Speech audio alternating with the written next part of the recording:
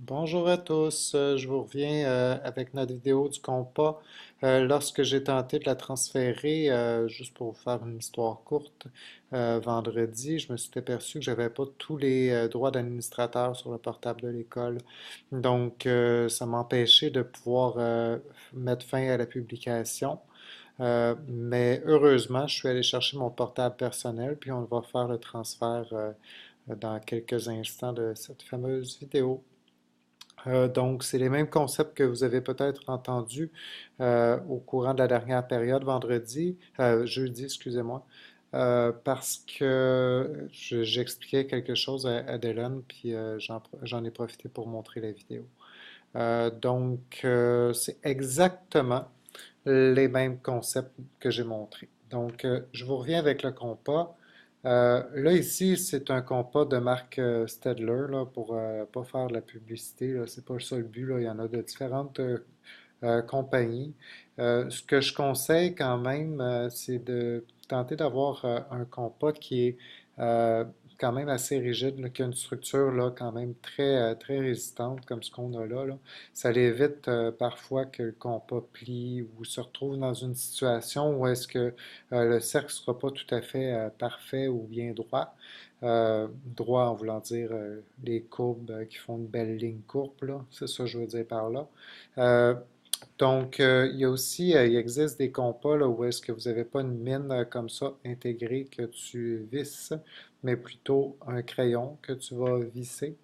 Moi, je le favorise pas dans le sens, je parle de celui avec le crayon, car il est plus difficile à ajuster, puis parfois le crayon il glisse, puis le vis tient moins bien après un dispositif comme celui-là. Tandis que celui-là, la durée de vie avec la vis habituellement est un peu plus longue. Donc, je vous invite peut-être, si vous n'en avez pas un, de vous en procurer un. Moi, je conseille celui-là comparativement à l'autre. Je m'en excuse, avis pour les parents. Je m'en excuse si jamais vous avez acheté l'autre, là, celui avec le crayon. Euh, la réussite de l'élève ne sera pas en péril parce que on utilise celui avec le crayon, bien entendu. Comprenez-le bien comme ça, là, c'est pas dramatique.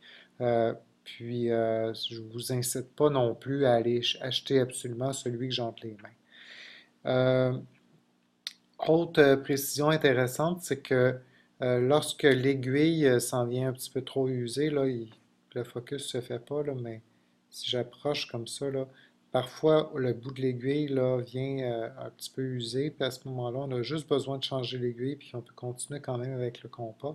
Sachez que en lien avec ça, euh, ceci, qui est un petit réservoir là, où est-ce qu'on peut mettre les bines, et les aiguilles, comme vous pouvez voir là, ça se vend tout seul. Vous avez juste à aller à la papeterie, n'importe quelle bonne papeterie peut vous en vendre assez facilement. Je m'en étais déjà procuré par le passé de toute façon, là. Fait que ça ne me surprendrait pas que vous n'ayez pas de difficulté à trouver ça. Donc, il y en a toujours un dans le kit comme tel, mais ça s'achète à l'individuel aussi.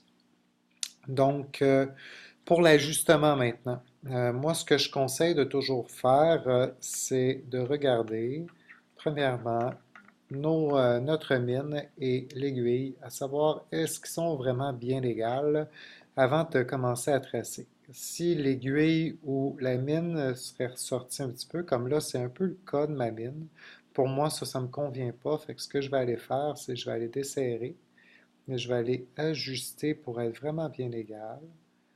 Puis, c'est important de regarder là, avec la bine, à la placer vraiment avec précision à la pointe de la bine vis-à-vis de la pointe de l'aiguille. Si, admettons, je regarde pas bien, puis là, vous voyez, ça fait comme un genre de petit biseau, là, ici, là. Donc, ce qui arrive, c'est là, excusez, j'ai sorti un petit peu de l'image parce que je voyais pas bien, puis je voulais vraiment que ça soit bien ajusté. Mais là, je viens de revenir, là. Donc, vous voyez, c'est comme fait en biseau, donc en ligne oblique. Euh, Ce qui arrive, c'est que si je suis pas vraiment euh, à la pointe de la mine par rapport à l'aiguille. Mon cercle va être un peu de côté. La ligne pourrait être un petit peu plus épaisse que voulu ou ça pourrait provoquer certains problèmes. Donc, une fois que ça c'est fait, ben, à ce moment-là, je devrais avoir une mesure avec précision. Je vais vous donner l'exemple. Moi, là, si admettons, mon désir, c'est de tracer. euh, je vais attendre que ça termine le focus. Sortir, je vais revenir. Ah, voilà. Donc, si j'arrive puis j'essaie de euh, faire un rayon, on me demande de faire un rayon de 3 cm. Ce que je vais aller faire, c'est que je vais aller placer mon aiguille sur le 3 ou inversement, là, je pourrais le prendre dans le sens que je veux. L'important, c'est vraiment d'avoir entre les deux l'équivalent de 3. Puis voyez-vous, là, moi, je trouve que je suis pas assez ajusté. Fait que je vais me reprendre. L'important, on peut se reprendre plusieurs fois pour essayer d'aller chercher le plus de précision possible. Une fois que j'ai mesuré la distance que ça me prend entre mon aiguille et ma mine, à ce moment-là, ben, je peux enlever le tout, puis je vais pouvoir aller tracer. Oubliez surtout pas qu'il faut faire la distinction entre rayon et diamètre. Très souvent, vous arrivez, on vous dit, admettons, faites un rayon de 6 cm, puis vous arrivez, puis vous ne pensez pas que le diamètre, c'est la moitié. Fait que là, vous arrivez avec une erreur parce que vous n'avez pas pensé que c'était le double, là, ça en revient au même. Donc, on oublie parfois, là, on passe un petit peu tout droit sur cette notion-là, puis c'est pour ça qu'on manque notre coup. Donc, on plante bien correctement la- l'aiguille dans la feuille pour être sûr que ça ne bouge pas. Puis je maintiens ma main sur le côté où est-ce que j'ai l'aiguille parce que c'est le reste qui va bouger. Et je m'assure vraiment que ça ne bouge pas au centre. Puis je vais aller placer. Des fois, je viens à poser ma paume sur le rebord de ma feuille parce que ça a tendance à bouger là, en faisant le tracé. Puis regardez, moi je repasse plusieurs fois. Puis l'important, c'est que l'aiguille ne change pas de place. Puis que la mine, même si vous passez plusieurs fois sur le trait, ça va en revenir au même. Donc, voyez-vous là, ce que j'ai fait là, c'est que j'ai quand même maintenu mon aiguille à plat sur la surface, mais l'important, c'est de, après, changer de main pour que ça aille mieux de l'autre côté. Et là, ça nous demande d'être un peu ambidex, donc d'être capable de faire les deux côtés, autant d'un côté que de l'autre, là, en changeant de main. Puis à ce moment-là, ça nous donne l'équivalent d'un beau cercle. Allons vérifier pour voir. Euh, donc ici, si je pars d'un côté à l'autre, donc c'est important de prendre la mesure toujours à l'extérieur du cercle. Donc ici, ce que j'obtiens vraiment ben, il est peut-être un petit peu plus épais, là, mais c'est le genre de mesure que j'accepterais là, dans un examen sans problème. Là. Ce que vous pouvez considérer, là, c'est qu'en passant par le milieu, regardez, là, je ne sais pas si vous voyez, là, mais juste ici, là, je vais prendre mon Apple Pencil, là, puis regardez, là, juste là, il y a un point. Bon, vous ne le voyez pas vraiment, là, mais c'est le point de l'aiguille. Euh, il est vis-à-vis vraiment le 3 là, fait que je ne peux pas vraiment me tromper de ce côté-là. Voyez-vous, là, si admettons, je vous dis, tantôt, je vous ai parlé du diamètre et du rayon, mais si je reprenais ma règle, puis que je vous dis, ah ah ah, faites un cercle de 4 cm de diamètre. Ah, ben là, on sait que 4 cm de diamètre, ça veut dire que ça me prend 2 cm de rayon. Donc, ce que je vais faire, c'est que je vais aller réduire ici jusqu'à 2 cm. Regardez, là, je le prends à l'envers de tantôt, puis je vais arriver à exactement la même chose. Donc, l'important, c'est d'aller pointe à pointe, mesurer.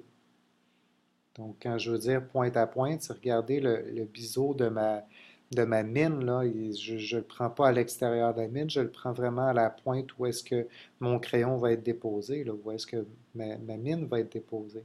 Donc, une fois que j'ai mesuré, bon, ok, j'arrive à 2 cm, mais même que je vais en enlever un petit peu, là. Pour moi, là, c'est un petit trait de moins, là. Bon, voilà. Je sais que sur la caméra, des fois, avec la qualité, c'est moins beau, là. Fait que faites bien attention, là. Ça va.